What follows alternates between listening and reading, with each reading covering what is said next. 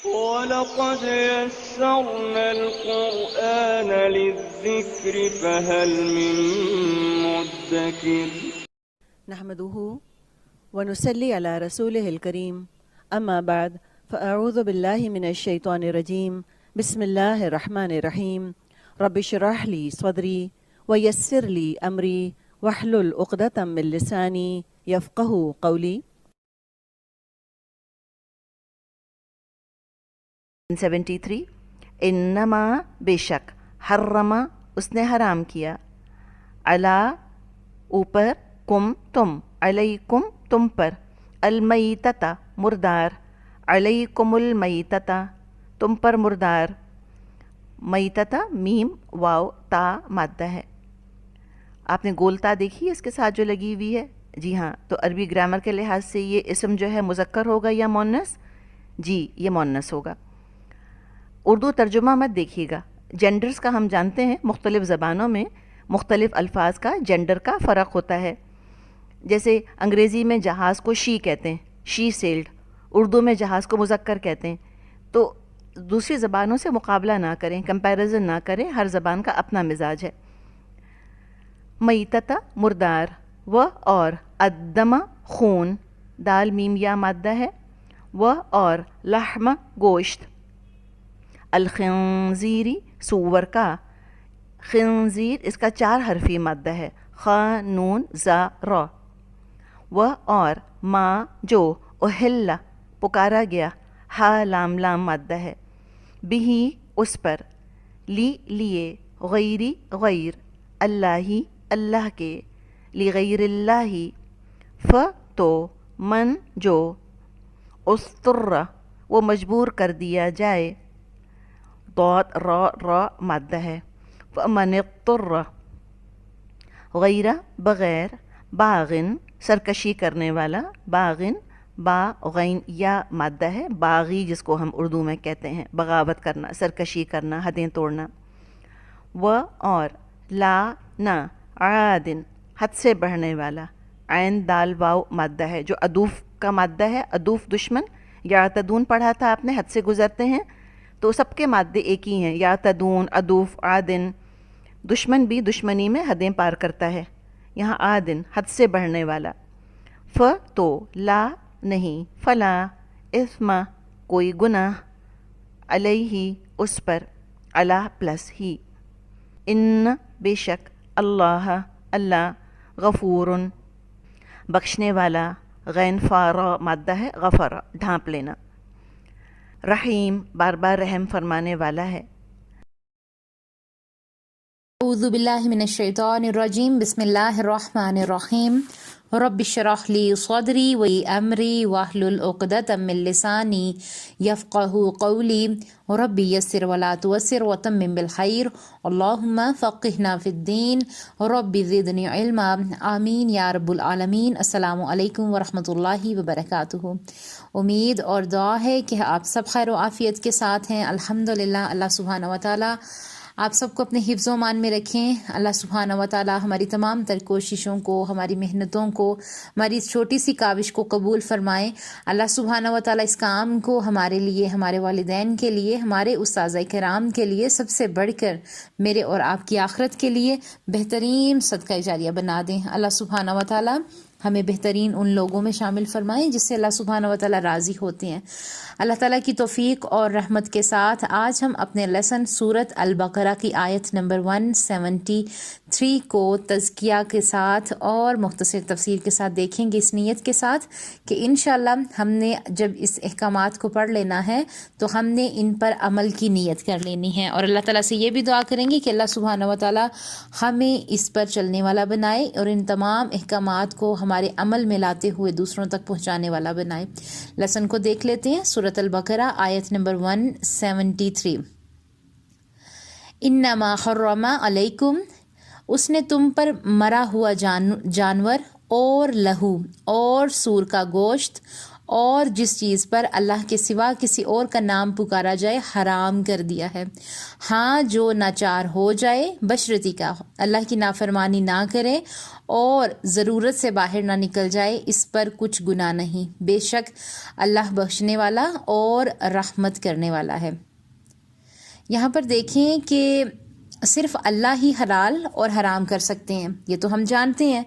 اب یہاں پر یہ بھی دیکھیں گے کہ اپنے اوپر لے کر دیکھیں کہ ہمیں کتنی چیزوں کی اجازت ملی ہے حلال چیزوں میں، لیکن صرف 4 چیزیں ہم پر حرام ہیں۔ حضرت آدم علیہ السلام کو بھی جنت میں سب چیزوں کی اجازت تھی، صرف ایک چیز سے منع کیا گیا تھا، لیکن شیطان نے وہی چیز خوبصورت کر کے دکھائی جس سے اللہ تعالیٰ نے روکا تھا۔ یہی ہمارے ساتھ ہوتا ہے، شیطان ہمیں وہاں سے بہکاتا ہے اور ہم بحث میں پڑ جاتے ہیں کہ اللہ نے یہ چیز کیوں حرام کی اور کیوں نہیں کی۔ لفظ المیتۃ میت سے ہے، یعنی مرا ہوا، یعنی وہ جانور جو ذبح ہونے سے پہلے مر جائے۔ اسلام میں زیادہ تر جانور حلال ہیں، لیکن ان کو کھانے سے پہلے 2 شرطیں ہیں۔ نمبر 1، ان کو حلال کرتے وقت بسم اللہ اور اللہ اکبر کہیں گے تو ہم اللہ کا بنایا ہوا جانور کھانے سے پہلے اللہ سے اجازت لے رہے ہیں۔ ہم یہ کہتے ہیں کہ اللہ آپ بڑے ہیں، آپ بہت بڑے ہیں، آپ کی اجازت سے کھانے لگی ہوں۔ انسانوں سے کچھ لیتے وقت ہم اجازت لیتے ہیں نا، اسی طرح اللہ کے نام سے جب ہم کھانا کھاتے ہیں تو ہم اللہ تعالیٰ سے اجازت لیتے ہیں۔ دوسری وجہ یہ ہے کہ ہم سب زندہ لوگوں میں ایک شاہ رگ ہے جسے رگ زندگی ہم کہتے ہیں۔ جب یہ کٹتی ہے تو جانور یا انسان کے جسم کا دماغ سے رابطہ ٹوٹ جاتا ہے اور وہ جانور تڑپنے لگتا ہے۔ ہمارے جسم میں خون ہر وقت گندے مادے نکال رہا ہوتا ہے، جسم میں خون کی نالیاں صفائی کر رہی ہوتی ہیں۔ ہمارے خون میں ایسے گندے مادے بھی ہوتے ہیں جو جسم کے لیے نقصان دہ ہیں، اس لیے اس خون کو ہم نہیں کھا سکتے۔ جب جانور تڑپتا ہے تو خون کے ذریعے ہم جانور کے جسم سے وہ سب گندے مادے نکال دیتے ہیں۔ اگر ہم کسی جانور کو جھٹکا یعنی ایک دم سے مار دیں تو اس کے جسم سے سارا خون نہیں نکلتا اور وہ گندے مادے جسم کے اندر ہی رہتے ہیں، اس طرح گوشت صاف نہیں ہوتا۔ ہمارے لیے ضروری ہے کہ اللہ کی اجازت سے حلال کریں گے اور پھر گندے اور ناپاک مادے نکالنے کے لیے خاص طریقے سے حلال کر کے کھائیں گے۔ سورہ الانعام میں کافی تفصیل پہ انشاءاللہ ہم اس پہ بات کریں گے۔ آپ خود ہی دیکھ لیں کہ ان مغربی ممالک میں کس طرح کی بیماریاں ہیں۔ اس کی ایک وجہ گندے خون کے مادے کھانا بھی ہے۔ آپ خود دیکھ لیں کہ مردہ جانور کھانے کے کیا کیا نقصانات ہو سکتے ہیں۔ ہمارے لیے تازہ اور بہترین چیزیں اللہ نے پیدا کی ہیں تو ہم وہی کھائیں۔ اگر بالفرض حلال گوشت نہیں بھی ملتا تو اللہ کی بنائی ہوئی اور بے شمار دالیں اور سبزیاں ہیں، ہم وہ کھا سکتے ہیں، یا خود مل جل کر حلال کرنے کی اجازت یا کوئی اور انتظام کر سکتے ہیں۔ اب یہاں دوسری چیز یہ ہے کہ خون حرام ہے، کسی بھی جانور کا خون نہیں پی سکتے۔ اس کی وجہ ہم نے ابھی جان لی کہ خون میں جراثیم اور گندے مادے ہوتے ہیں۔ اگر آپ نے دھو کر رکھا ہے اور پھر بھی تھوڑا سا خون ابھی گوشت کے اندر ہی ہے تو ٹھیک ہے، زیادہ اس میں فکر مند ہونے کی ضرورت نہیں ہے۔ بعض اوقات مائیں غصے سے بچوں سے کہتی ہیں کہ میں تمہارا خون پی جاؤں گی یا تمہیں قتل کر دوں گی۔ یہ حد سے بڑھنے والی باتیں ہیں، ایسے نہیں کہنا چاہیے۔ کئی کلچر ایسے ہیں جہاں خون پیا جاتا ہے، یہ حرام ہے۔ تیسری چیز یہاں پر جو حکم ہے وہ کیا ہے کہ سور کا گوشت حرام ہے، خنزیر کا گوشت حرام ہے، یہ اللہ کا حکم ہے، اس لیے ہم نہیں کھائیں گے۔ ایک بات یاد رکھیں کہ ہم یہ سب چیزیں اس لیے نہیں کھائیں گے کیونکہ یہ اللہ کا حکم ہے، اگرچہ ہم اس کے باوجود اس کی وجوہات کو بھی دیکھ رہے ہیں، لیکن ہمیں وجہ معلوم ہو یا نہیں ہو، ہم اللہ کی حرام کی گئی چیزوں کو نہیں کھائیں گے۔ تو اس پر کوئی بھی بحث ہم نے نہیں کرنی۔ ہمارے کھانے پینے کا انسان کی طبیعت پر اثر پڑتا ہے۔ اگر ہم خنزیر یعنی کہ عجیب جانور ہے، تحقیق سے یہ بات ثابت ہوئی کہ جو لوگ اس کا گوشت کھاتے ہیں تو ان کا ان لوگوں پر طبی اخلاقی طور پر بھی اثر ہوتا ہے، اس لیے اسے حرام کیا گیا ہے۔ اب آگے دیکھتے ہیں، کہتے ہیں کہ ایک عالم کہتے ہیں کہ وہ کہتے تھے کہ تم مجھے بتاؤ کیا کھاتے ہو، میں تمہیں بتاؤں گا کہ تم کیا کرتے ہو، کیونکہ ہمارے کھانے کا اثر ہماری صحت پر ہوتا ہے، ہماری عادات پر بھی آتا ہے۔ اس کا سب کچھ حرام ہے، گوشت، چربی، کھال، کھر سب حرام ہے۔ کس کا؟ سور کا۔ ایک دفعہ جو ہے اب تک 3 چیزوں پر جو ہے بات ہو گئی جو ہم پر یعنی کہ حرام کی گئی۔ آپ کا دل بھی مطمئن ہوگا کہ اللہ نے یہ چیزیں ہمارے لیے کیوں حرام کی ہیں۔ کچھ لوگ خنزیر نہیں کھاتے لیکن حرام چکن کھا لیتے ہیں، عام سٹور سے گوشت یا حرام سے بنی ہوئی چیزیں لے کر کھا لیتے ہیں، یا کئی لوگ شراب بیچتے ہیں، اگر شراب نہیں تو خنزیر کے بنے ہوئے سینڈوچ یا کچھ اور حرام بیچتے ہیں۔ تو یاد رکھیں اللہ سبحانہ و تعالیٰ رازق ہے، اپنی نظریں اللہ پر رکھیے، احتیاط لازم ہے کیونکہ انسان جیسی چیز کھائے گا ویسے ہی کام کرے گا۔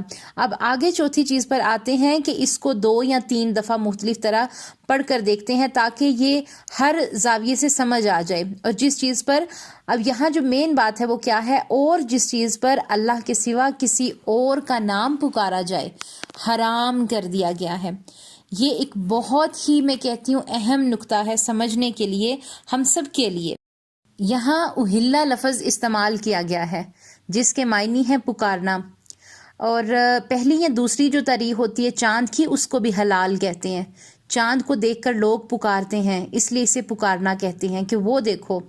یہاں اس کے ایک معنی تو یہ ہیں کہ جانور پر کوئی نام نہ لیا جائے، اور اللہ کا نام جانور پر کوئی نام نہ لیا جائے اور اللہ کے نام کے بغیر ہی جانور کو مار کر کھا لیا جائے۔ دوسرے معنی یہ ہیں کہ اللہ کے سوا کسی اور کا نام لے کر مارا جائے اور پھر وہ جانور کو کھا لیں، یعنی کسی بھی انسان یا بت کا نام کسی بھی دوسرے کا نام لے کر جانور کو مار کر کھا لیا جائے۔ یہ کیوں یہاں پر بات ہے کہ عرب لوگ ذبح کرتے وقت اپنے بتوں کا نام لیتے تھے، یا کسی بزرگ کا یا پیر کا، اس کے نام پر جانوروں کو ذبح کیا کرتے تھے۔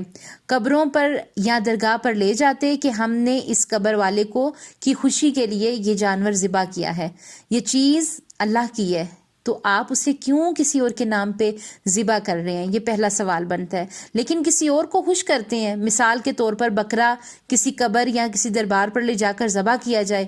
اللہ چاہتا ہے کہ ہمارا کام اللہ کو خوش کرنے کے لیے ہو، نہ کہ دوسروں کے لیے، اور ہر کام جو اللہ کی حکم کے بغیر کیا جائے وہ پھر دوسروں کی خوشی کا باعث بھی نہیں بنتا، وہ کام وہی خوشی کا باعث بنتا ہے جو اللہ کی رضا کے لیے کیا جائے۔ ہر کام اللہ کا تقرب حاصل کرنے کے لیے کیا جائے۔ اب اگر ہم کسی اور کو خوش کرنے کے لیے کرتے ہیں تو یہ کیا ہوگا؟ یہ شرک ہوگا۔ توحید اور شرک میں بال سے باریک فرق ہے، بال سے باریک فرق ہے۔ تو کیا ہم ماں باپ کی طرف سے صدقہ کر سکتے ہیں؟ کسی کی طرف سے صدقہ یا قربانی کر سکتے ہیں؟ یہ ایک طرح کا ہدیہ ہوگا۔ اب نبی صلی اللہ علیہ وسلم کے پاس ایک صحابی آئے کہ میں نے جاہلیت کے دور میں منت مانی تھی کہ فلاں جگہ اونٹ ذبح کروں گا، اب کیا کروں؟ آپ صلی اللہ علیہ وسلم نے پوچھا کہ وہاں کوئی قبر ہے، کوئی ایسا متبرک درخت ہے؟ اس نے کہا کہ ایسا کچھ نہیں ہے۔ پھر آپ صلی اللہ علیہ وسلم نے اجازت دے دی۔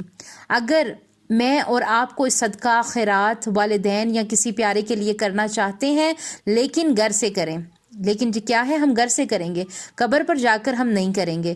کھانا بھی کھلا سکتے ہیں، کسی کی طرف سے کھلا سکتے ہیں، کسی کو خوش کرنے کے لیے کرنا جائز نہیں ہے، جیسے محرم میں فلاں امام کے نام پر سبیل وغیرہ جائز نہیں ہے۔ تو دیکھیں ان دنوں جو ہے یہ چیزیں بہت اہم ہے ہمارے لیے کہ ہم نے سوچنا ہے کہ جو بھی ہم کام، کوئی بھی صدقہ، کوئی بھی خیرات، کوئی بھی کام کر رہے ہیں، کیا ہم وہ اللہ کے نام پر کر رہے ہیں یا پھر ہم کسی اپنے پیر، فقیر یا پھر جو بھی ہم نے کسی کو اگر رتبہ دے دیا ہے تو اگر کر رہے ہیں تو وہ کیا ہوگا؟ وہ شرک ہوگا، کیونکہ اللہ سبحانہ و تعالیٰ فرما رہے ہیں اور جس چیز پر اللہ کے سوا کسی اور کا نام پکارا جائے وہ حرام کر دی گئی ہے ہم پہ، تو ہم نے یہ کام نہیں کرنا۔ اللہ سبحانہ و تعالیٰ سے دعا کریں گے کہ اللہ سبحانہ و تعالیٰ ہمیں فہم، ہماری سوچ میں، ہماری فہم میں اضافہ عطا فرمائے اور ہمیں سمجھنے کی توفیق عطا فرمائے۔ سبحان ربک رب العزت عما یصفون وسلام علی المرسلین والحمد للہ رب العالمین۔ السلام علیکم ورحمۃ اللہ وبرکاتہ۔